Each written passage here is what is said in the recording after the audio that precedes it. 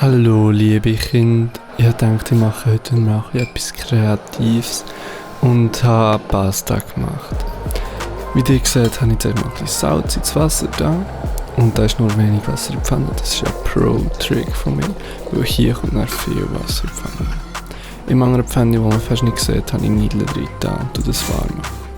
Hier habe ich jetzt die Spaghetti drin da und die ein bisschen schieben, dass sie gut kochen. Und hier nehmen wir Caprice de Dieu und die ein bisschen abschneiden und ein bisschen Pfanne und noch ein bisschen mehr und nochmal. Und das tun wir jetzt hier ganz leicht köcheln, bis es sich auflöst. Hier habe ich ein bisschen Bouillon genommen, ein Gemüsebouillon aus dem Coop, es ist Bio. Und das Pulverli. Ja. Und hier noch ein bisschen Pfeffer und da habe ich jetzt Thymian genommen, das in mir ein bisschen zerknäusten, weil es ist halt trocken und dann bricht es ein bisschen. Und das dann auch in die Sauce da. Hier ist es wichtig, dass der Rühren sonst hocken zu haben. Und nachdem natürlich tastet, weil wir wollen ja nicht, dass es irgendwie grusig wäre oder so. Und es hat gut geschmeckt. Ich hätte nochmal wieder die Spaghetti rühren, weil sonst kleben die aneinander.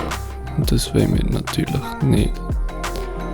Und Wasser trinken ist schon wichtig. Hey. Ja. Hier nochmal rühren. Dann geht es auch schon ans Abschütten. Und dann müsst ihr schauen, dass das Wasser rausgeht. Nicht zu viel Pfanne bleibt. So ein bisschen ist immer okay. Dann habe ich Olivenöl genommen und dann habe ich drin und dann ja, es war ein bisschen viel Olivenöl und es war ein bisschen fettig. Aber egal. Und dann habe ich da rausgenommen, dann 2 Gabeln und dann habe ich das Söseli genommen.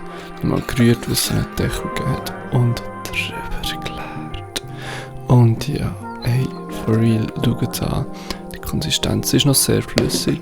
Aber das ist auch bei Nudeln so. Und wenn es ein bisschen abkühlt, dann ist es dann auch schon besser. Und hier seht ihr mit Taste-Test. Und es ist so geil.